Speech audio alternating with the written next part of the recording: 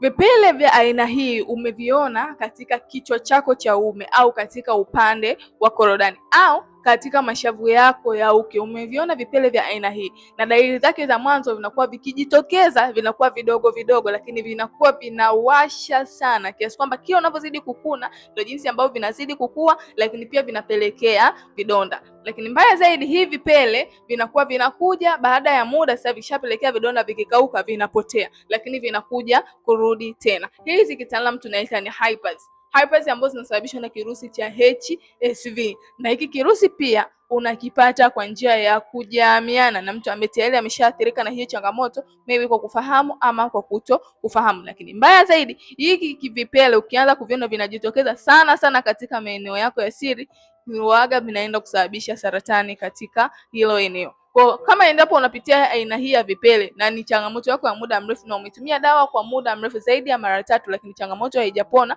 basi hakikisha unafanya matibabu, na hayo matibabu hakikisha yanaenda kugusa chanzo cha changamoto.